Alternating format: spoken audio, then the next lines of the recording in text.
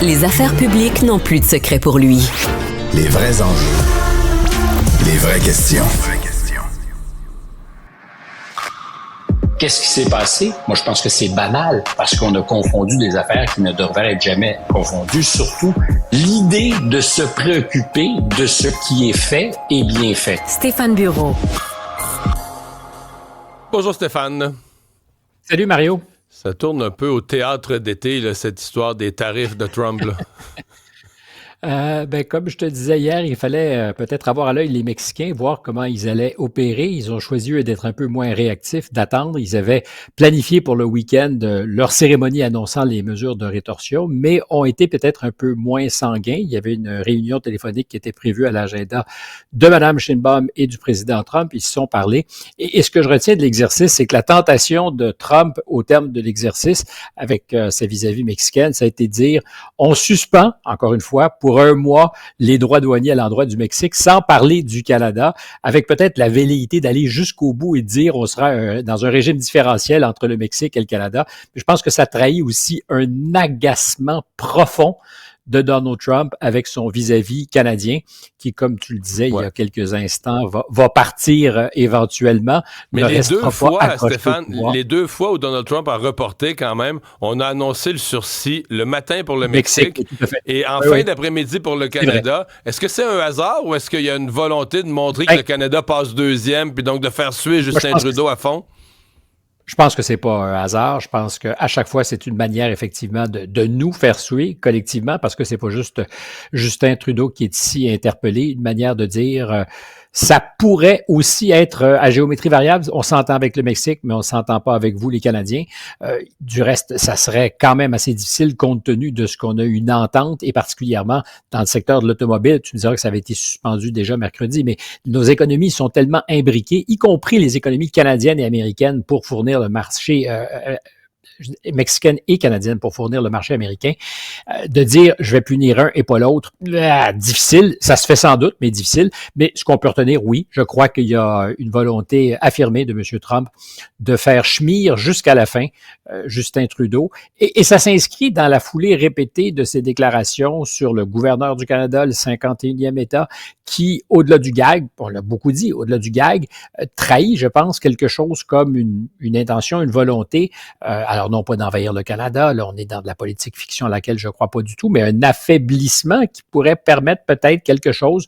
Alors je doute qu'on se reparle dans 4 ans en se disant comment vas-tu mon Américain d'ami Mario? Je pense pas qu'on en est là, mais c'est plus qu'une toquade du président. Je pense qu'il voit quelque chose, une opportunité, j'arrive pas à la déchiffrer, mais en ce moment, entre le Mexique et le Canada, son cœur ne semble pas balancer. Il préfère s'entendre avec les Mexicains.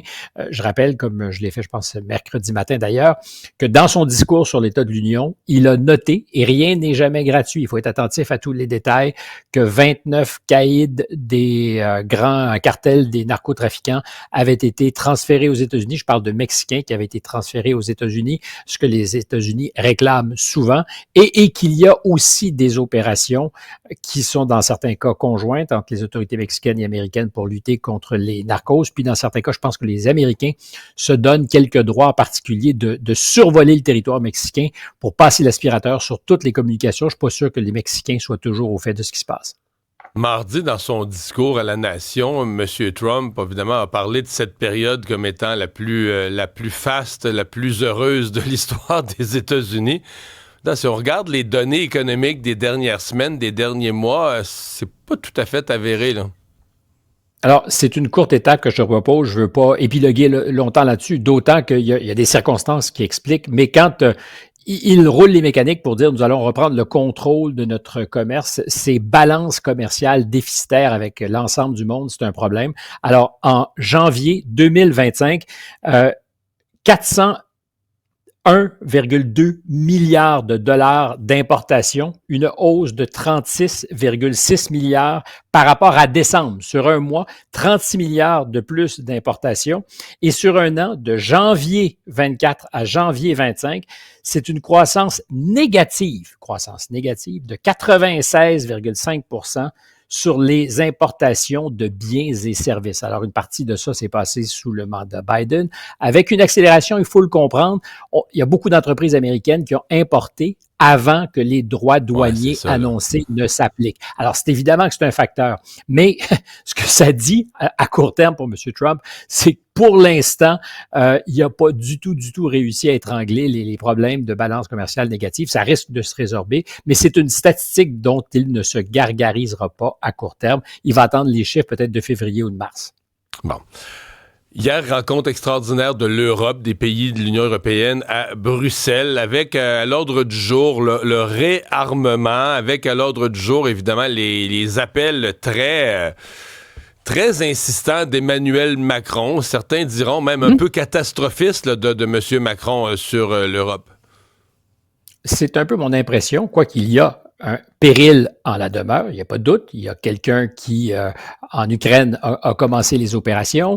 Il faut voir que c'est une histoire très complexe. Ce qui est le plus surprenant dans ça, c'est que depuis 3 ans, évidemment, les Européens sont aux premières loges, voient qu'il y a un front en Ukraine, mais jamais on n'a été à ce point alarmiste. Jamais on a parlé de cette menace existentielle pressante, comme s'il était possible qu'on soit bientôt à la guerre. Et c'est ce qu'on dit. Et on dit aussi, on est à la guerre sur d'autres fronts, sur les fronts de la guerre virtuelle, la cyberguerre. Ben, il y a déjà des offensives amorcées par les Russes. Et Macron est dans le camp, en ce moment, je dirais, des plus alarmistes. Chez les alarmistes, c'est un peu celui qui a pris le leadership en Europe en ce moment, avec toutes sortes d'annonces. Et concrètement, il y a des gestes qui ont été posés hier par l'Union européenne, qui est appuyé d'ailleurs par des pays qui ne sont pas membres de l'Union européenne. Les Turcs étaient présents en marge, les Norvégiens, les Anglais qui ont déjà appartenu à l'Union européenne, mais qui sont plus tout à fait là. Donc, il y a quelque chose qui se met en place. Face à la menace Poutine, là, tout à coup, c'est intéressant que tu soulignes ça, mais et surtout avec le nouveau premier ministre, je dirais, on a l'impression que tout à coup, le Royaume-Uni agit comme s'il faisait partie de l'Europe, là, à nouveau. Je pense pas qu'on va faire le Brexit à l'envers formellement, mais sur une question de sécurité, présentement, le Royaume-Uni se comporte comme un joueur de l'Europe, là. Ce sont des partenaires au sein de l'OTAN, tous ces pays-là quand même, y compris aussi, la Turquie, deuxième armée de l'OTAN derrière les États-Unis. Les Anglais sont des adversaires historiques des Russes. Il y a un combat à finir entre ce qu'était l'Empire à une époque anglais et aujourd'hui quelque chose de beaucoup plus étriqué. Il n'y a plus tellement d'empire derrière l'Angleterre ou le Royaume-Uni, mais c'est une histoire qui remonte à très, très, très loin. C'est pas des peuples ou des leaderships qui s'aiment beaucoup. La question qui m'intéresse le plus et qui est posée par Macron et qui me fait douter de sa volonté d'une entente de paix, à tout le moins celle que cherchent ou veulent obtenir Russes et Américains. Parce que pour les deux parties, du point de vue des Russes depuis toujours, et M. Trump semble avoir confirmé ça, il est hors de question que l'Ukraine ne fasse jamais partie de l'OTAN. C'est comme non négociable, ça n'arrivera pas.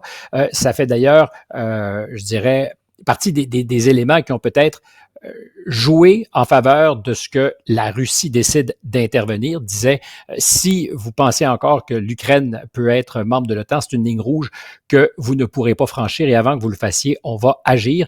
Une mise en garde qui avait d'ailleurs été faite par l'ambassadeur américain au Kremlin, qui est devenu le patron de la CIA sous l'administration Biden, M. William Burns. Donc, il s'est passé quelque chose. Et là, Macron disait hier, au sortir, parce qu'il faut voir qu'il est remonté, hein, M. Macron, il est en hyperpuissance en ce moment, c'est le coq atomique. Et Macron dit, il n'est pas question de fermer la porte pour les Européens à l'idée que l'Ukraine se joigne à l'OTAN. Et ça, c'est un no-no avec Trump. On sait que ça n'arrivera pas. Donc, qu'est-ce qu'il télégraphie?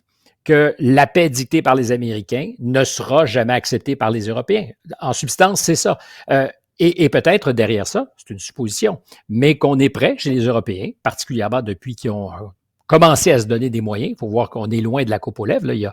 Ils ont adopté des résolutions hier, mais ils n'ont pas pour autant davantage de munitions et d'armements qu'il y en avait livrés, là. Avant. Non, ni les munitions. Puis il y a des problèmes d'approvisionnement. Mais ce qu'on peut comprendre, c'est que M. Macron dirait...